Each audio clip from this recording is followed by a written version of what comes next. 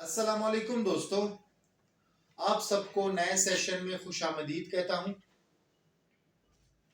آج کا جو ٹاپک ہے وہ ہم ڈسکس کریں گے چالان کے بارے میں کہ پولیس چالان ہوتا کیا ہے اور پولیس چالان میں کتنے کالمز ہیں، پولیس چالان میں کالم پڑھنے کا طریقہ کار اور بیسیکلی پولیس چالان میں کون کون سی چیزیں موجود ہوتی ہیں اور چالان کے کتنے اقسام ہوتے ہیں۔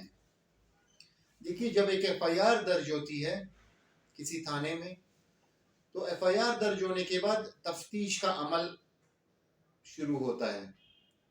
تو اس ایف آئی آر کے بعد ایک تفتیشی آفیسر یا انویسٹیگیٹنگ آفیسر کو ڈیٹیل کیا جاتا ہے کہ یہ مقدمہ درج ہوا ہے، اس میں آپ نے کیا کرنا ہے، تفتیش کرنی ہے، انویسٹیگیشن کرنی ہے کہ سچ سامنے آ سکے۔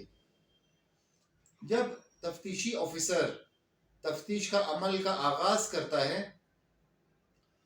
تو وہ بیسیکلی تمام تر جو کارروائی ہوتی ہے وہ ایک پرفارمے کی صورت میں عدالت میں یا مجسٹریٹ کی عدالت میں جمع کراتی ہے۔ اگر تو کوئی اسپیشل لا ہے جیسے کہ اے ٹی سی ہے، اینٹی ٹیررزم ہے یا اینٹی کرپشن ہے، تو اس کے چالان اسی عدالت میں ہی جمع ہوں گے۔ لیکن اگر کوئی آرڈینری لا ہے تو اس کے جو چالان ہوگا وہ مجسٹریٹ کی عدالت میں ہی جمع ہوگا، خواہ وہ مقدمہ قتل کا ہی کیوں نہ ہو، کیونکہ ریمانڈنگ اتھارٹی ہمیشہ مجسٹریٹ ہی رہتی ہے اس میں۔ تو ایک تفتیشی آفیسر جب تفتیش کا آغاز کرتا ہے تو وہ گواہ، ثبوت اور ریکوری وغیرہ ریکوری کرنے کی کوشش کرتا ہے۔ جو گواہ ہوں گے ان کے 161 سی آر پی سی کے تحت بیانات قلم بند کیے جائیں گے، ریکوری ہوگی، وہ ریکوری میمو وغیرہ تیار کیا جائے گا۔ یہ تمام تر عمل ایف آئی آر درج ہونے کے بعد جب ہوگا وہ ایک چالان کی صورت میں عدالت میں آئے گا۔ چالان کی بیسیکلی 3 قسمیں ہوتی ہے، ایک مکمل چالان، ایک نامکمل چالان۔ مکمل چالان جب تفتیش 14 دن کی تفتیش جب ہوگی، اس کے بعد جب مکمل تفتیش کرنے کے بعد جو رپورٹ جمع ہوگی عدالت میں اسے مکمل چالان کہتے ہیں۔ یا اگر کوئی تفتیش رہتی ہے یا کوئی چیز آن ریکارڈ نہیں آیا، جیسے کہ میڈیکل وغیرہ، ہم فورنزک کے لیے کوئی چیز بھجواتے ہیں اور واپس فورنزک لیبارٹری سے ہمیں جو تفتیشی آفیسر ہے اس کو وہ موصول نہیں ہوتی اس کی رپورٹ، تو وہ اس رپورٹ کا انتظار کرتا ہے، لیکن اس کو 14 دن کے اندر اندر اس نے وہ چالان تو جمع کرنا ہے، وہ تو قانون کا پابند ہے۔ تو قانون کی پابندی کو مد نظر رکھتے ہوئے وہ چالان کے اوپر لکھے گا انکمپلیٹ سٹیٹمنٹ یا نامکمل چالان۔ کس حد تک نامکمل رہے گا اس کی وجوہات بھی لکھی جائے گی اسی چالان میں، تو وہ عدالت میں جمع ہوگی۔ ایک اور چالان آتا ہے سیکشن 512 سی آر پی سی کا۔ اگر کوئی ملزم اشتہاری ہو تو وہ سیکشن 512 میں جو چالان بنائے گا وہ جمع ہوگی عدالت میں، کیونکہ اس میں ملزم اشتہاری ہوتا ہے۔ اب چالان میں کتنے کالم ہوتے ہیں؟ چالان میں بیسیکلی 7 کالم ہوتے ہیں۔ کالم نمبر 1 میں جو مقدمہ ایف آئی آر درج کرتا ہے، جو مدعی ہوتا ہے، کالم نمبر 1 میں، چالان کے کالم نمبر 1 میں بھی اس کا نام، مدعی کا، اس کے والد کا نام اور اس کا ایڈریس وغیرہ مینشن کیا جاتا ہے۔ کالم نمبر 2 میں ملزم کی سکونت وغیرہ درج کی جاتی ہے۔ اگر ملزم بے گناہ ہے تو وہ نیلی سیاہی سے کالم نمبر 2 میں لکھا جائے گا۔ اگر ملزم فوت ہو گیا ہے تو کالی سیاہی سے اس کے بارے میں لکھا جائے گا کالم نمبر 2 میں۔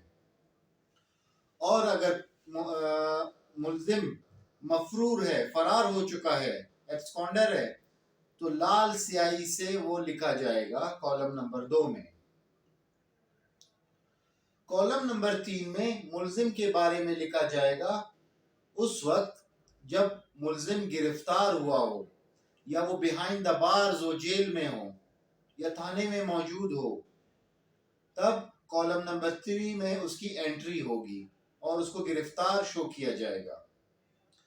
کالم نمبر 4 میں اس ملزم کی اگر ضمانت ہو چکی ہو تو ملزم کو کالم نمبر 3 کی بجائے کالم نمبر 4 میں شو کیا جائے گا کہ وہ ضمانت پر ہے۔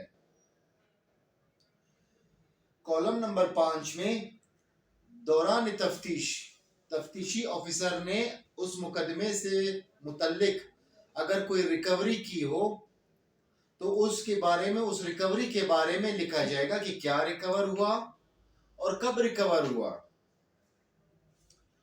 کالم نمبر 6 میں جتنے بھی گواہ ہوں گے دوران تفتیش، جب تفتیشی آفیسر، جب انویسٹیگیٹنگ آفیسر انویسٹیگیشن کر رہا ہوگا تو گواہوں کے بیانات زیر دفعہ 161 سی آر پی سی کے تحت اس نے ریکارڈ کیے ہوں گے تو کالم نمبر 6 میں ان کا ذکر ہوگا، چاہے وہ گواہ پولیس والے ہوں یا کوئی پرائیویٹ شخص ہو یا کوئی میڈیکل آفیسر ہو یا کوئی فورنزک آفیسر ہو، ان کا باقاعدہ سے نام، ڈیزگنیشن، اگر کوئی آفیشل ہے ڈیزگنیشن، اور وہ کس چیز کا گواہ ہے اس کے بارے میں وہ ذکر کرے گا کالم نمبر 6 میں۔ اور اسی کالم نمبر 6 کے بنیاد پر 161 کے بیانات دوران تفتیش جو ریکارڈ ہوئے ہیں وہ یہ کالم نمبر 6 کی بنیاد پر ہوتے ہیں۔ اگر 161 کے بیانات نہیں ہوتے تو کالم نمبر 6 کا کوئی وجود ہی نہیں رہتا۔ کالم نمبر 7 میں کیفیت مقدمہ و مختصر حالات،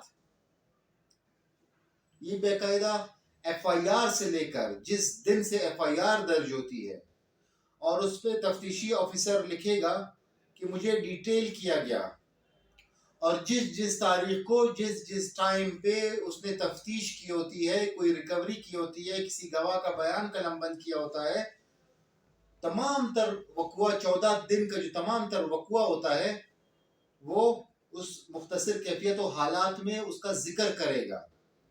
ذکر کرنے کے بعد نیچے ایک تفصیل دی جائے گی، تفصیل کاغذات۔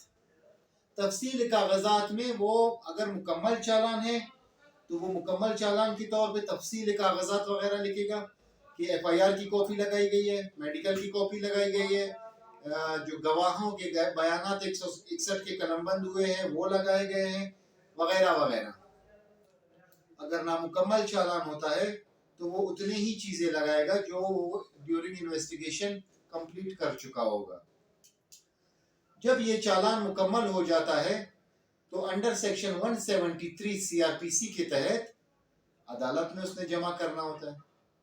تو وہ عدالت میں ڈائریکٹ جمع نہیں کر سکتا کہ کمپلیٹ ہو گیا کہ عدالت میں اس نے مجسٹریٹ کی عدالت میں جمع کیا، تو وہ بذریعہ سرکاری وکیل، جسے ہم اے ڈی پی پی کہتے ہیں یا ڈی ڈی پی پی کہتے ہیں، assistant deputy district public prosecutor یا ڈیپوٹی ڈسٹرکٹ پبلک پروسیکیوٹر کے ذریعے سے وہ جمع ہوگی۔